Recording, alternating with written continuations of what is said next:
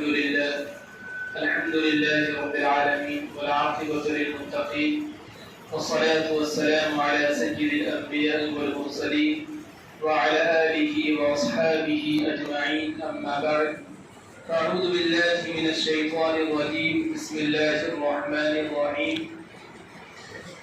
فإن آمنوا بمثل ما آمنتم به فقد اهتدوا إلى آخر الآية.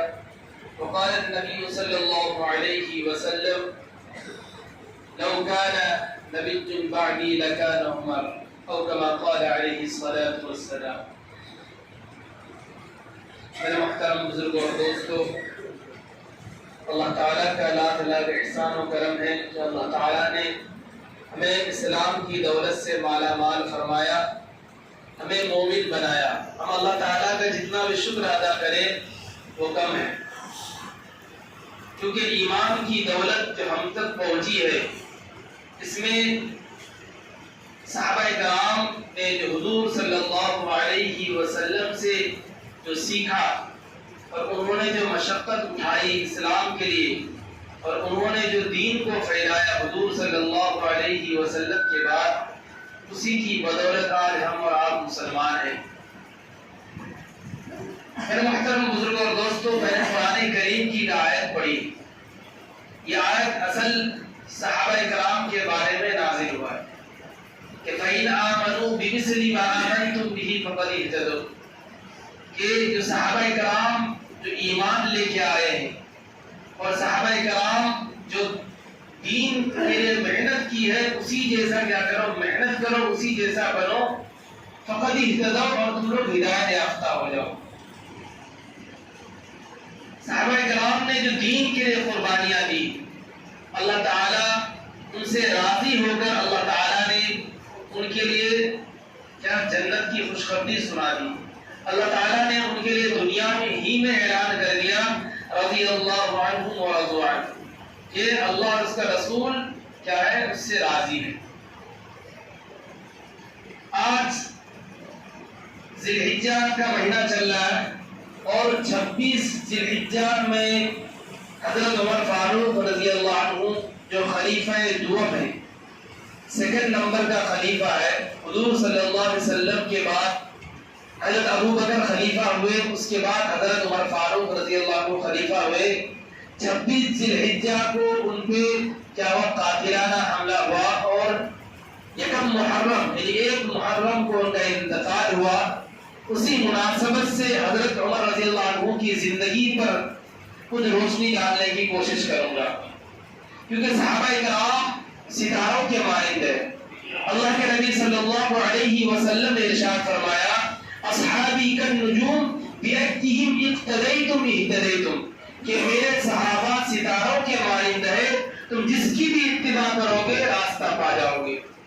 اور ان کی جو سرٹیفکیٹ اور ان کو جو نوازا گیا قرآن کریم کے اندر، اس کی طرف اشارہ کیا گیا کہ اولئک هم المفلحون، اولئک هم الراشدون، کہ یہی لوگ ہیں جو ہدایت یافتہ، یہی لوگ ہیں جو کامیاب ہو گئے.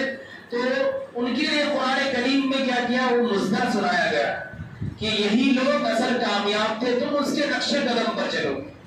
اور جو صحابہ کرام سے بغض رکھے گا ان کا ایمان نامکمل ہے، کیونکہ صحابہ کرام پر بھی یعنی صحابہ کرام کو صحیح سمجھنا اور صحیح جاننا بھی ضروری ہے. حضرت عمر فاروق رضی اللہ عنہ یہ خلیفہ دوم ہے. جب اسلام کا بول بالا ہوا، حضور صلی اللہ علیہ وسلم دین کی دعوت دینے لگے، 29 صحابہ کرام کا ایک چھوٹی سی جماعت تھی. اس جماعت نے دین کا جو ہے کام کرنا شروع کیا، اللہ اور اس کے رسول کے جو ہے دین کو پہنچانا شروع کیا. اللہ اور اس کا جو ہے اللہ اور اس کے رسول اور صحابہ کرام کی جو ہے کوشش یہ تھی کہ ہر گھر میں کیا دین کی دعوت پہنچے. اللہ کے نبی صلی اللہ علیہ وسلم اور صحابہ کرام جو اس وقت ایمان لے کے آئے تھے، وہ گھر گھر جا کر اعلانیہ طور پر نہیں، گھر گھر جا کر دین کی دعوت دیتے تھے. کوئی عام نماز نہیں پڑھتے تھے، خانہ کعبہ میں جو ہے نماز نہیں ہوتی تھی، اذان نہیں دی جاتی تھی. میرے محترم بزرگوں دوستوں، اس کے بعد کیا ہوتا ہے، اللہ کے نبی صلی اللہ علیہ وسلم ایک دن اپنے ساتھیوں کے ساتھ بیٹھے ہوئے اور بڑا غمگین ہے اور ایسے کچھ سوچ میں مبتلا ہے. پھر کچھ دیر کے بعد اللہ کے نبی صلی اللہ علیہ وسلم کا چہرہ خوش ہو گیا اور اپنے سروں کو اٹھایا, پھر سجدے میں گر گیا اور سجدے سے پھر اٹھنے کے بعد اللہ کے نبی صلی اللہ علیہ وسلم دعا کے لیے ہاتھ اٹھایا اور اللہ تعالیٰ سے حضرت حضور صلی اللہ علیہ وسلم دعا کی اور یہ دعا کی کہ اللہ تو اسلام کو عمر ابن ہشام اور عمر بن خطاب کے ذریعے کیا کرے, طاقت دے. میرے محترم دوستو, اللہ کے نبی صلی اللہ علیہ وسلم دو شخص کے بارے دعا کی, عمر بن ہشام اور عمر بن خطاب. اب اللہ کے رسول صلی اللہ علیہ وسلم دعا کر دیا, اللہ کے حوالے چھوڑ دیے. حضور صلی اللہ علیہ وسلم کا دعا کرنا تھا, حضور صلی اللہ علیہ وسلم جو ہاتھ اٹھانا تھا اور پھر وہ اللہ کے حوالے چھوڑنا تھا. بس اللہ جو ہے جس کے مقدر پہ ایمان رکھنا تھا اللہ پہ چھوڑ دیا. اس کے بعد کیا ہوتا ہے, ادھر عمر فاروق اور عمر بن ہشام, ان کا اصل نام جو ہے ان کو ابو جہل کہا جاتا تھا. یہ حضور صلی اللہ علیہ وسلم کے چچا تھے, دونوں میٹنگ میں بیٹھے ہیں. ابو جہل جن کو عمر بن ہشام کہا جاتا ہے وہ صدارت کر رہا ہے اور جو ہے یہ میٹنگ ہو رہی ہے کہ حضور صلی اللہ علیہ وسلم کے دین کو کس طرح برباد کیا جائے, حضور صلی اللہ علیہ وسلم کے دین کو کس طرح پس پشت ڈال دیا جائے. اس وقت جو ہے عمر بن خطاب اٹھے اور غصے سے اٹھے اور کہا کہ آج میں حضور صلی اللہ علیہ وسلم کا کام تمام کر دوں گا. لیکن میرے محترم دوستو, حضور صلی اللہ علیہ وسلم نے ادھر دعا مانگ چکے تھے. حضور صلی اللہ علیہ وسلم جو ہے حضور عمر فاروق کے لیے دعا مانگ چکے تھے اور اللہ تعالیٰ نے جو ہے وہ دعا عمر بن خطاب کے حق میں قبول کر لیا تھا, کیونکہ اللہ تعالیٰ کو معلوم تھا, اللہ تعالیٰ نے حضور صلی اللہ علیہ وسلم کے دل میں ڈالا تھا کہ دونوں میں سے ایک شخص جو ہے اس کے ذریعے اسلام کو قوت ملے گی. اس کے بعد کیا ہوتا ہے کہ وہاں میٹنگ ہوتی ہے اور میٹنگ میں جو ہے عمر بن خطاب اٹھتے ہیں, اٹھنے جو ہے غصے سے اٹھتے ہیں اور تلوار لے کر حضور صلی اللہ علیہ وسلم کو قتل کرنے کے ارادے سے اٹھ گیا. ادھر عمر بن ہشام جو ابو جہل کا, وہ بڑا خوش ہوتا ہے کہ آج محمد کا سر کو قلم کر دیا جائے گا, آج محمد کا نام و نشان مٹا دیا جائے گا, آج محمد کے دین کو برباد کر دیا جائے گا, آج ہمارا جو آباء و اجداد والا دین ہے اس کا جو ہے بول بالا ہوگا. لیکن میرے محترم دوستو, عمر خود اس مجلس سے نہیں اٹھا تھا بلکہ اللہ تعالیٰ نے اسے اٹھوایا تھا. اصل ان کے لیے جو ہے ان کی ہدایت کا جو ہے دعا ہو چکی تھی, ان کی ہدایت مقبول ہو چکی تھی. اور عمر بن خطاب اٹھے اور ننگی تلوار لے کر حضور صلی اللہ علیہ وسلم کو قتل کرنے کے ارادے سے نکل گئے. راستے میں نعیم بن عبداللہ سے ملاقات ہوتی ہے اور کہا تھا کہ اے عمر, کہاں غصے سے جا رہے ہو, کدھر جا رہے ہو, ابھی کیا بات ہے؟ وہ کہنے لگا کہ وہ محمد جو خدا کا اعلان کرتا ہے, خدا واحد کی پرستش کرتا ہے, اپنے دین میں لوگوں کو لے کے آتا, وہ تو جادوگر ہے, دیوانہ ہے, وہ لوگوں کو اپنی طرف کھینچتا ہے, آج میں اس کا سر قلم کرنے کے لیے جا رہا ہوں. میرے محترم دوستو, عمر بن خطاب حضور صلی اللہ علیہ وسلم کا سر قلم کرنے کے لیے جا رہا ہے تو نعیم بن عبداللہ نے کہا کہ تم تو حضور کا قتل کرنے جا رہے ہو, محمد کا قتل کرنے جا رہے ہو, پہلے اپنے گھر کا تو خبر لو, تمہاری بہن اور بہن بھی ایمان لے کے آ گیا ہے. ان کی بہن کا نام تھا فاطمہ اور ان کا بہن بھی یعنی جیجا جی کا نام تھا سعید بن زید نام تھا. تو نعیم بن عبداللہ نے کہا کہ تم اس کا قتل کرنے جا رہے ہو, اس کے جو ہے دین پر ایمان تمہاری بہن اور تمہاری بہن بھی لے کے آ گیا ہے. عمر بن خطاب راستہ بدل لیا لیکن اس کا ارادہ نہیں بدلا. پہلے سوچا کہ بہن کے گھر جاتا ہوں, اس کو پہلے پٹائی کرتا ہوں, پھر حضور صلی اللہ علیہ وسلم کا سر قلم کریں گے. وہ بہن کے گھر کی طرف روانہ ہو گیا. جب بہن کے گھر میں پہنچا, دروازہ کھٹکھٹایا, ان کو قرآن کی تعلیم دے رہا تھا, ان کا نام تھا خباب ابن الارت, وہ قرآن کریم کی تعلیم دے رہا تھا اس کے بہن اور بہنوئی کو. جیسے دروازہ کھٹکھٹایا تو بہن نے دیکھا کہ بھائی بہت غصے میں, دروازہ کھولا اس کی بہن نے اور کہا کہ تم کیا پڑھ رہی تھی, تم اپنے باپ دادا کے دین کو تم نے چھوڑ دیا. اور اس کے بہن یعنی اس کے شوہر کو یعنی اپنے جیجا جی کو مارنے لگا. اپنے شوہر کو بچانے کے لیے اس کی بہن آ گیا, اس کی بہن اپنی بہن کو بھی وہ مارنے لگا اور بہت زیادہ مارنے کے بعد خون سے لہولہان کر دیا. لیکن وہ اس کی بہن اور اس کے بہنوئی وہ ایمان سے نہیں پھرا. جب بہت زیادہ مارنے کے بعد عمر بن خطاب تھک گئے تو کہنے لگا آخر تم کیا چیز پڑھ رہی تھی, مجھے دکھاؤ, اگر کس چیز نے تم کو جو ہے اتنا پختہ بنا دیا کہ میں تجھے مار مار کر تمہارے خون نکال دیا لیکن تم جو ہے ایمان سے نہیں پھر رہی ہو. تو اس کی بہن نے کہا کہ میرے بھائی تم اس کو جو ہے بغیر وضو کے بغیر جو ہے نہائے اس کو چھوڑ نہیں سکتے ہو، تم ناپاک ہو، تم پہلے نہا کر کے آؤ۔ میرے محترم دوست، اصل تو اس کی دعا جو ہے حضور صلی اللہ علیہ وسلم کی دعا قبول ہو چکی تھی ان کے حق میں، اللہ تعالیٰ کو ایک پروسیس سے ان کو گزارنا تھا۔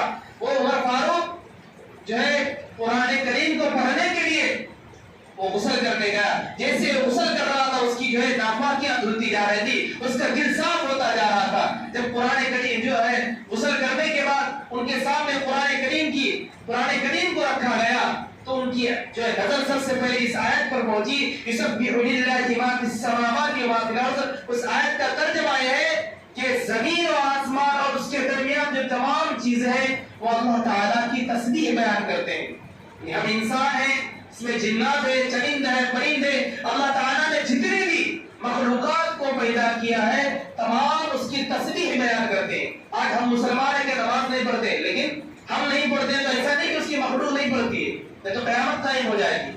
ہم اگر بے نمازی ہیں، مسلمان ہو کر ہم خواب غفلت میں ہیں، ہم نماز نہیں پڑھتے، قرآن نہیں پڑھتے، تو کل قیامت کے دن ہماری تو بڑھیا سے پٹائی ہوگی، لیکن ہم اگر نہیں پڑھتے تو ایسے نہیں کہ پوری مخلوق نہیں پڑھتی ہے۔ پھر قرآن کریم کی آیت درج ہو جائے گی کہ تمام دنیا کے مخلوق جو اللہ کی تسبیح بیان کرتے ہیں۔ میرے محترم دوستو، عمر فاروق قرآن کریم کو پڑھتا جا رہا اور اس آیت پر پہنچا آمنوا باللہ ورسولہ کہ ایمان لے کے آؤ اللہ اور اس کے رسول پر۔ اس کے بعد اس کے دل میں حضور صلی اللہ علیہ وسلم کی ملاقات کا جو ایک دم اشتیاق بڑھ گیا، چاہت بڑھ گئی، اور وہ کہنے لگی حضور اپنے بہن سے وہ کہنے لگا کہ مجھے حضور صلی اللہ علیہ وسلم کے پاس لے کے جاؤ۔ پھر خباب بن الارت باہر آیا اور کہنے لگا کہ عمر تمہارے لیے خوشخبری ہے، تمہارے لیے خوشخبری ہے، حضور صلی اللہ علیہ وسلم نے جو تمہارے لیے دعا کی تھی تمہارے حق میں قبول ہو گیا۔ اب وہ حضور صلی اللہ علیہ وسلم سے ملنے کے لیے گیا، ادھر صحابہ کرام کھڑے ہیں، عمر ننگی تلوار لے کر جا رہا ہے، صحابہ کرام نے خلبلی مچ گئی کہ حضور صلی اللہ علیہ وسلم کو قتل کرنے کے لیے آ رہا ہے، لیکن وہ حضور کو قتل کرنے کے لیے نہیں جا رہا تھا بلکہ ایمان میں داخل ہونے کے لیے جا رہا تھا۔ حضرت حمزہ جو حضور صلی اللہ علیہ وسلم کے چچا تھے اور کھڑے ہوئے کہ اگر وہ کہنے لگا کہ اگر عمر اگر جو ہے غلط نیت سے آ رہا ہے تو اس کے تلوار سے اس کا سر قلم کر دیا جائے گا، اور اگر وہ ایمان میں داخل ہونے آ رہا ہے تو اس کا ویلکم کیا جائے گا، اس کا جو استقبال کیا جائے گا۔ میرے محترم دوستو، وہ 27 سالہ نوجوان اس وقت حضرت عمر بن خطاب کی عمر 27 سال تھی، حضور صلی اللہ علیہ وسلم کے پاس گیا اور یوں کھڑے ہو گیا۔ وہ عمر جو حضور صلی اللہ علیہ وسلم کو قتل کرنے کے ارادے سے نکلا تھا، حضور صلی اللہ علیہ وسلم کے ساتھ یوں کھڑے ہو گیا سامنے، اللہ کے نبی صلی اللہ علیہ وسلم جو ہے شفقت سے ہاتھ رکھا اور کہنے لگا کہ عمر کس ارادے سے آئے ہو، کس نیت سے آئے ہو؟ تو سر اٹھایا بھی نہیں اور سر جھکائے ایک دم کہا کہ اے اللہ کے رسول صلی اللہ علیہ وسلم میں ایمان لینے کی غرض سے آیا۔ اللہ کے نبی صلی اللہ علیہ وسلم اس وقت نعرہ تکبیر بلند کی، وہ مکہ میں سب سے پہلی مرتبہ نعرہ تکبیر زور سے کہا گیا تھا، اور وہ نعرہ تکبیر کہنا تھا کہ مکہ کی گلیوں میں آواز گونج اٹھی، اور اس کے بعد عمر بن خطاب نے کہا کہ اللہ کے نبی صلی اللہ علیہ وسلم آپ کھلے عام کیوں نہیں خانہ کعبہ میں نماز پڑھتے ہیں، آپ کھلے عام کیوں نہیں اذان دیتے ہیں؟ اور عمر بن خطاب خانہ کعبہ کی دیوار پر چڑھے اور اعلان کیا کہ مکہ کے لوگوں، اگر تمہیں اپنی بیوی کو بیوہ بنانا ہو، اپنے بچوں کو یتیم کرنا ہو تو حضور صلی اللہ علیہ وسلم کے ساتھ لڑائی کر کے دیکھو، ان کو روک کر کے دیکھو نماز پڑھنے کے لیے، اور کسی کے اندر ہمت ہے تو روک کے دیکھو نماز پڑھنے کے لیے۔ میرے محترم دوستو، کیونکہ عمر بن خطاب اتنا خطرناک، اتنا جلیل القدر صحابی تھے کہ اس سے شیطان بھی بھاگتا تھا۔ ایک واقعہ یاد آیا کہ حضور صلی اللہ علیہ وسلم کے پاس چند عورتیں بیٹھی ہوئی تھی اور اپنے گانوں رفتار کے لیے خرچے کے لیے حضور صلی اللہ علیہ وسلم سے مطالبہ کر رہی تھی، تو عمر بن خطاب آیا اور جو ہے جن کے بعد سلام کیا، تو جیسے عمر بن خطاب کا سلام کرنا تھا کہ عورتیں اندر چلی گئی، تو عمر بن خطاب اندر آئے تو اللہ کے نبی صلی اللہ علیہ وسلم مسکرا رہے تھے، تو حضرت عمر بن فاروق نے کہا کہ اللہ کے نبی صلی اللہ علیہ وسلم اللہ تعالیٰ آپ کو ہمیشہ خوش رکھے، آپ اسی طرح مسکراتے رہے، لیکن آپ مسکرا کیوں رہے؟ تو حضور صلی اللہ علیہ وسلم نے فرمایا کہ ابھی یہ ساری عورتیں تیز تیز میرے سے باتیں کر رہی تھی، لیکن تمہاری آواز سنا تو سارے اندر پردے کے اندر چلے گئے۔ تو عمر بن خطاب نے کہا کہ اللہ کی بندیوں تم مجھ سے کر رہے ہو، حضور صلی اللہ علیہ وسلم سے نہیں کرتے؟ تو ادھر سے عورتوں نے کہا کہ آپ حضور صلی اللہ علیہ وسلم سے زیادہ سخت ہیں، اس لیے آپ سے کر رہی ہوں۔ تو اللہ کے نبی صلی اللہ علیہ وسلم نے ارشاد فرمایا کہ عمر تو جس راستے سے جاتا ہے شیطان اس راستے کو چھوڑ دیتا ہے۔ یہ عمر بن خطاب تھے۔ میرے محترم دوستو، حضور صلی اللہ علیہ وسلم نے اسی وجہ سے فرمایا تھا لو کان نبی بعدی لکان عمر، اگر میرے بعد کوئی نبی ہوتا، ایسا ممکن ہوتا تو عمر ہوتا۔ عمر کا وہ جلوہ تھا، اور عمر کی وجہ سے، حضرت عمر فاروق کی وجہ سے اسلام کو قوت ملی کہ دنیا نے وہ یاد کیا کہ ان کی خلافت کے زمانے میں ایسا خلافت کیا انہوں نے کہ ایک گھاٹ میں بھیڑ اور بکریاں پانی پی لیا کرتی تھی۔ اتنا خطرناک ان کی خلافت کا زمانہ تھا۔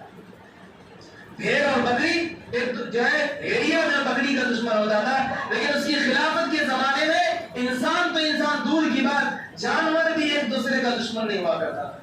میرے محترم دوستو، حضرت عمر فاروق رضی اللہ عنہ 10 سالہ ان کی حکومت رہی، اور اس نے وہ قاعدہ اور رول بنایا، اور ان کے زمانے سے ہی یہ فوج کا یا اسی طرح پولیس کا انتظام یا ڈاکیہ، یہ ساری چیزیں اس کے زمانے سے قائم ہوا، اور انہوں نے جو رول متعین کیا ہے، آج کے حکمراں، آج کے لیڈر اگر اس رول کو مان لے تو ان کی بھی آخرت بن جائے، اور جو ہے پبلک کی بھی آخرت بن جائے، پبلک بھی جو ہے صحیح طریقے سے رہنے لگے۔ اور ایک دن وہ بھی آتا ہے کہ ان کے دشمنوں نے ایک فیصلے کی وجہ سے ایک کفار جو یہودی تھا اس کی موت کا جو وجہ بنتا ہے۔ میں آخری بات ان کے جو ہے شہادت کا واقعہ سنا کے میں اپنی بات کو ختم کروں گا کہ ان کی داستان تو لمبی ہے، کس طرح انہوں نے حکمرانی کی اور اس کی حکومت کے زمانے میں کیا کیا کارنامے انجام دیے۔ یہ رفاہی اسکول کالج وہیں سے چلا رہا ہے۔ حضرت عمر فاروق کے زمانے سے کہ رفاہی کام ہوگا، روڈیں بنوائی جائیں گی، نالیاں بنوائی جائیں گی، جو ہے بیوہ اور مسکینوں کا جو ہے وظیفہ مقرر کیا جائے گا، یہ ساری چیزیں حضرت عمر فاروق رضی اللہ عنہ کے زمانے سے یہ سلسلہ وار چلتا رہا ہے۔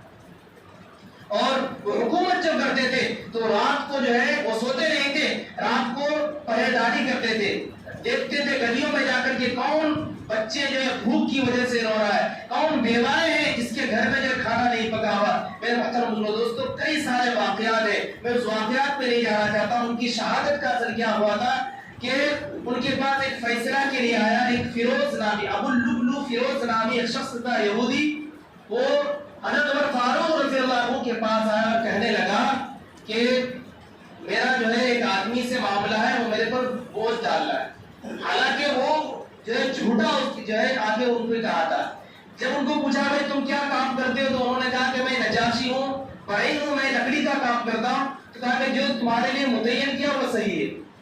لیکن وہ فیروز کو جو ہے یہ بات بہت گرا گزرا، اس سے ناراض ہو گئے۔ تو اسلام دشمن تھا ہی، اس سے ناراض ہو گیا، اور انہوں نے کیا کیا کہ عمر فاروق رضی اللہ عنہ صبح کو فجر کی نماز کے لیے گیا، اور وہ یہودی تھا بشکل مسلمان، اور وہ جماعت میں گیا، اور جماعت میں جیسے عمر فاروق رضی اللہ عنہ تکبیر اولیٰ کے لیے جو ہے اللہ اکبر گئے اور جماعت میں شامل ہوئے، وہ پیچھے سے جا کر 6 وار کر دیا۔ ایک وار ایسا کیا کہ ناک میں جا کے لگا، اور اتنا خطرناک ہوا کہ خون بہنا شروع ہو گیا۔ اس کے پیچھے عبد الرحمن بن عوف تھے، حضرت عمر فاروق رضی اللہ عنہ اس کو جو ہے امامت کے لیے پیچھے سے کھینچ کر کے آگے بڑھا دیے، اور وہ نیچے گر گئے۔ پھر جو ہے اسی طرح یہ جو ہے ان پہ وار کیا گیا تھا، 26 ذی الحجہ کو کیا گیا تھا، اور یہ قریب ہے۔ اور 1 محرم کو جو ہے ان کی وفات ہو جاتی ہے، اور وفات سے پہلے وہ حضرت عائشہ کے پاس اپنے بیٹے عبداللہ کو بھیجتے اور کہنے اور اجازت طلب کرتے حضور صلی اللہ علیہ وسلم کے بغل میں دفن ہونے کی۔ حضرت عائشہ کے پاس جاتے ہیں، ان کا جو ہے ان کا لڑکا، اور کہتا ہے کہ میرے والد صاحب آپ سے اجازت مانگتے ہیں کہ حضور صلی اللہ علیہ وسلم کے بغل میں دفن ہوں۔ تو حضرت عائشہ کہتی ہے کہ میری خواہش تھی کہ میں حضور صلی اللہ علیہ وسلم کی جو ہے پاس دفن ہوتی میں مرنے کے بعد، لیکن میں عمر کو فوقیت دیتا ہوں اپنے اوپر۔ اور جب حضرت عمر کے پاس ان کا بیٹا خبر لے کے آیا کہ حضرت عائشہ نے اجازت دے دی ہے جو ہے آپ کے جو حضور صلی اللہ علیہ وسلم کے بغل میں دفن ہونے کی، جیسے یہ بات سنی ایک دم جو خوش ہوئے اور کلمہ پڑھے، اور یہ جو ہے دنیا سے رخصت ہو گئے۔ میرے محترم دوستو، صحابہ کرام کی زندگی سے ہمیں سیکھنے کی ضرورت ہے، ان کے ہر بات کو اپنانے کی ضرورت ہے۔ آج صحابہ کرام کو گالیاں دی جا رہی ہے، آج صحابہ کرام پر کیچڑیں اچھالی جا رہی ہے۔ میرے محترم دوستو، صحابہ کرام کی وہ جماعت ہے جس کی بدولت آج ہم مسلمان ہیں، آج ہم جو ہے اسلام تلے ہیں، ہمیں اسلام جیسی دولت ملی ہے۔ اگر صحابہ کرام وہ محنت نہیں کرتے، وہ مشقتیں نہیں اٹھاتے تو آج ہم مسلمان نہیں ہوتے۔ آج ہمارا بھی وہی حال ہوتا کہ ہمیں تیل چھڑک کر کے ہمیں جو ہے جلا دیا جاتا، یا ہمیں پانی میں بہا دیا جاتا۔ وہ صحابہ کرام کی محنت ہے کہ ہم تک پہنچا، ہمیں ایک عزت کے ساتھ دفن کیا جاتا ہے، ہمیں خوشبو لگایا جاتا ہے، ہمیں نہلایا جاتا ہے اور سفید کفن میں ہمیں احترام کے ساتھ قبر میں ڈالا جاتا ہے. وہ صحابہ کرام کی محنت کا نتیجہ ہے کہ ہمیں عزت کے ساتھ بھی دفنایا جاتا ہے. اور جب ہماری پیدائش بھی ہوتی ہے تو ہمیں ایسے نہیں بلکہ ہمارے کانوں میں آزادی دی جاتی ہے، اقامت کی جاتی ہے، ہمیں صاف ستھرا کر کے نہلایا جاتا ہے. اللہ تعالیٰ ہمیں صحابہ کرام کے نقش قدم پر چلنے کی توفیق عطا فرمائے اور حضور صلی اللہ علیہ وسلم کی زندگی کو اپنانے کی توفیق عطا فرمائے. وآخر دعوانا الحمد للہ رب العالمین.